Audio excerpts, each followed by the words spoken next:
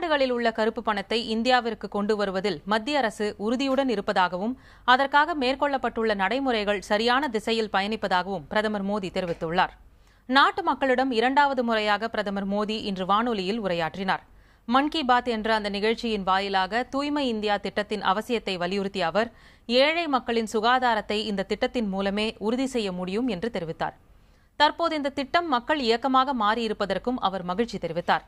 நாட்டில் காதி ஆடைகளின் விற்பனை 125% அதிகரித்துள்ளதாகவும் பிரதமர் குறிப்பிட்டார்.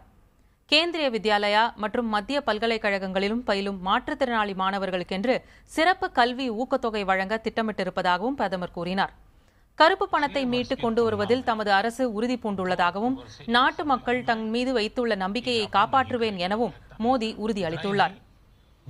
இளைஞர்களை சீரழிக்கும் போதைப் பொருட்களை ஒழிப்பதுடன் அதனை கடத்தும் கும்பல்களை ஒடுக்க தமது அரசு பாடுபடும் என்றும் பிரதமர் குறிப்பிட்டார்.